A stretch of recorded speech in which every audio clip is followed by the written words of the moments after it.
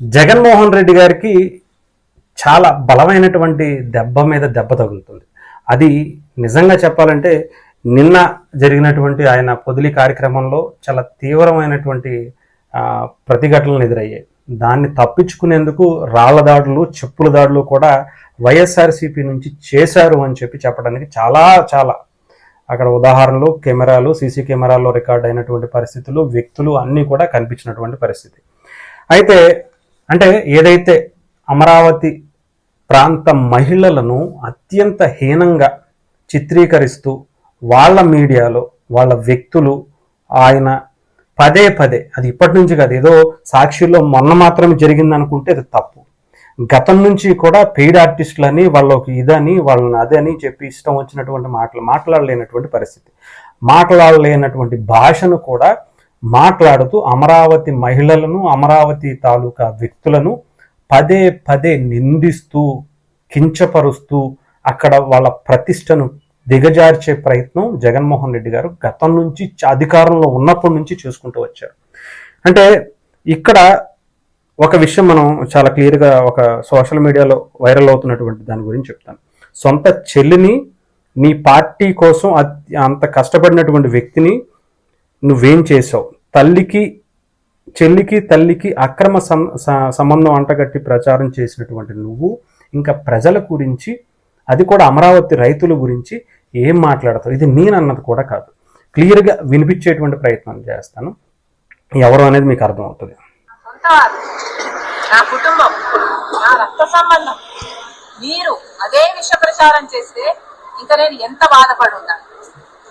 మీ సైతాను సైన్యం చేత నేను రాజశేఖర రెడ్డికే పుట్టలేదన్నా, విజయం అక్రమ సంతానం అన్నారు. నాకు ఇతరులతో సంబంధాలు అంట కట్టారు. నన్ను కనీసం ఒక మహిళగా చూసారా? కనీసం ఒక కన్యనన్నా గుర్తుపెట్టుకున్నారు. ఎంత దూషించారు. అసలు రక్త సంబంధాల గురించి అంటే మాట వాయిస్ ఏంటంటే అర్థమైపోయి ఉంటుంది. జగన్మోహన్ రెడ్డి గారి చెల్లెలు, స్వయాన తోడబుట్టి రక్త సంబంధం పంచుకున్నటువంటి చెల్లెలు, ముఖ్యంగా వైఎస్ రాజశేఖర రెడ్డి గారి కూతురు, విజయమ్మ గారి కూతురు, ఆమె కూడా అత్యంత హీనమైనటువంటి భాషతో వాళ్ళ సైతాన్లు అని చెప్పి కూడా చెప్పింది.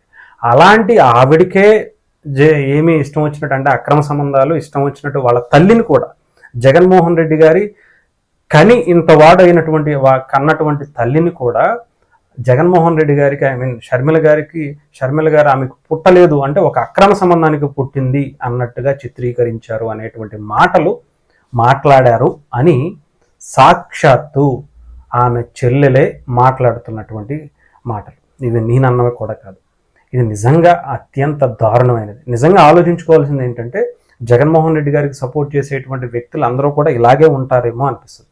లేదు అంటే ఎందుకు దాన్ని ఆ వ్యాఖ్యల్ని సమర్థించడం అంటే దానికి అదే అర్థం.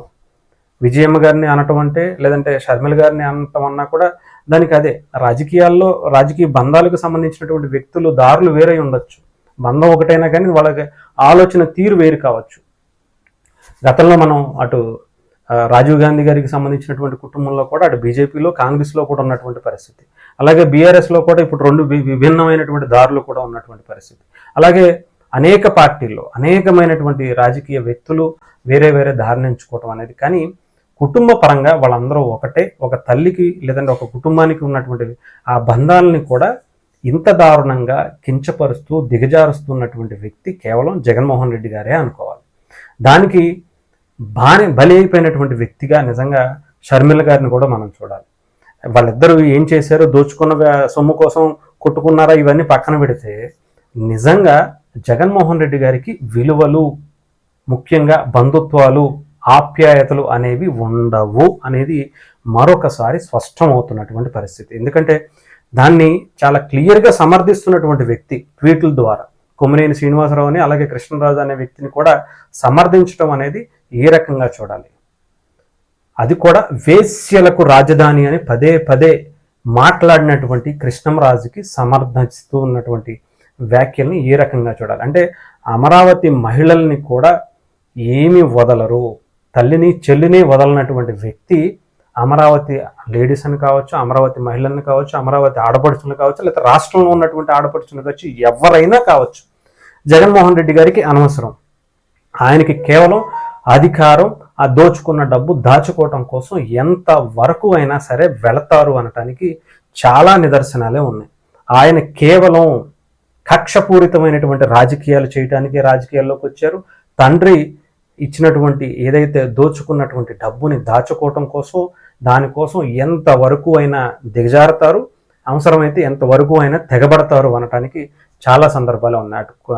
అటు కోడి కత్తి కావచ్చు, లేదంటే గులకరాయి కావచ్చు, బాబాయి గొడ్డలి పోట్లు కావచ్చు, దాన్ని గుండెపోటుగా చిత్రీకరించడం కావచ్చు, దానికి సంబంధించినటువంటి వ్యక్తులు వాళ్ళ కుటుంబం సభ్యులుగా ఉన్నటువంటి వ్యక్తులను వెనకేసుకొచ్చినటువంటి వ్యక్తులు కావచ్చు, ఇవి మనం చెప్పినవి కాదు, సాక్షాత్తు వాళ్ళ కుటుంబ సభ్యులుగా వాళ్ళ తోడబుట్టినటువంటి చెల్లి, తల్లి, మిగతా ఇంకొక కజిన్ సిస్టర్ సునీత గారు చెప్పినటువంటి విషయాలు కూడా మనం స్పష్టంగా కనిపిస్తున్నాయి. ఇక ప్రజలు ఆలోచించుకోవాల్సినటువంటి సమయం ఆసన్నమైంది. ఇంతకన్నా మనం మాట్లాడుకుంటే ఈ పార్టీకి ఇంతకు మించి మనం అవకాశం ఇవ్వాల్సినటువంటి పరిస్థితి కూడా లేదనే అనుకోవాలి.